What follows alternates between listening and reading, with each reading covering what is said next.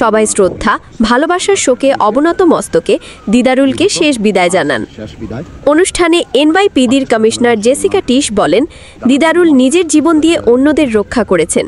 তিনি এক নিঃস্বার্থ বীর। জানাজার জন্য দিদারুলের মরদেহ পারচেস্টার জামে মসজিদে নেওয়া হয়। তার জানাজায় হাজারো মুসল্লি অংশ নেন। জানাজা শেষে নিউ জার্সির টোটোয়া ইসলামিক কবরস্থানে তাকে দাফন করা হয়।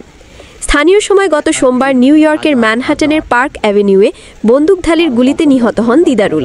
পার্ক অ্যাভিনিউয়ের একটি বহুতল ভবনে ঢুকে রাইফেল থেকে এলোপাথারি গুলি চালাতে থাকেন এক তরুণ।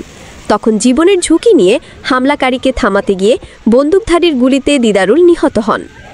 দিদারুলের প্রতি শ্রদ্ধা দেখাতে শেষ বিদায়ের আনুষ্ঠানিকতায় যোগ দেন নিউ ইয়র্ক অঙ্গরাজ্যের গভর্নর, নিউ ইয়র্ক সিটির মেয়র, নিউ ইয়র্ক পুলিশ বিভাগের কমিশনার সহ হাজারো কর্মকর্তা। দিদারুলের পরিবারকে সহায়তা করার জন্য একটি তহবিল গঠন করা হয়েছে। এই তহবিলে এরই মধ্যে $65,000 বেশি অর্থ জমা পড়েছে।